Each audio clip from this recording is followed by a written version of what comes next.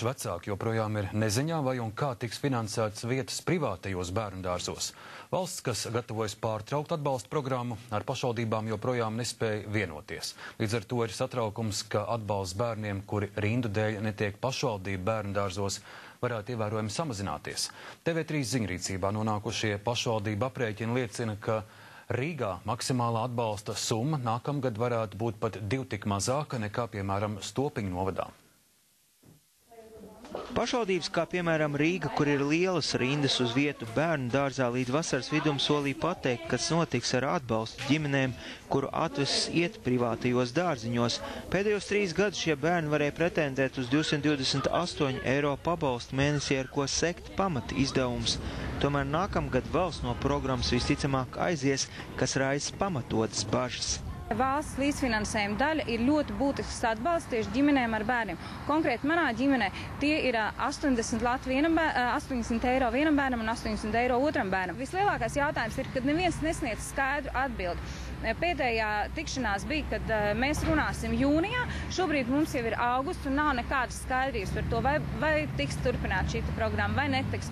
60 ģimenes vēsušās tiesības ar birojā ar lūgumu Jurim Jansonam panākt visiem bērniem vienlīdzīgu pieeju bērndārziem. Šobrīd top juristu atzinums.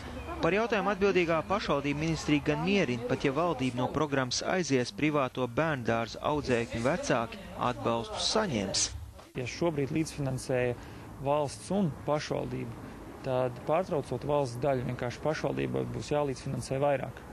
Bet no vecāku perspektīvas tā tad mainās avots, bet finansējumam jāpaliek. Likumā rakstīts, ka pašvaldībai vecākiem jāmaksā, ja viņu atvases netiek uzņemts pašvaldību bērndārzā.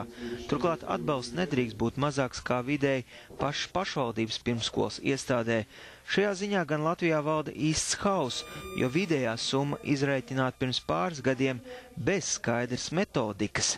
Tad, kad skaitīt, cik tad veidot šo Rīgas līdzfinansējumu, goda vārds vienkārši iedūra pirkstu debesīs, privātie atnesa izkalkulēt, kad viens bērns izmaksās 150 latus. Tad mēs tā padomājām, lai nebūtu pa mazu, nebūtu pa daudz, un rādās šie 93 lati, kurus neviens nevar pamatot, kas tajā ietilps, kas tajā neietilps. Viņi patiešām radās tā. Ministrija mierina, ka šobrīd notiek darbs pie jaunas metodikas. TV3 ziņas arī saņēma pirmos aprēķinus, kas gan ir tikai provizoriski.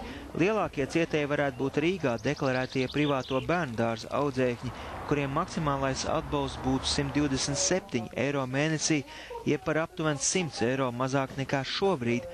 Tikmēr Stopiņu novadā maksimālā palīdzība varētu būt 240 eiro mēnesī, kas ir pat vairāk nekā šobrīd pieejamais atbalsts.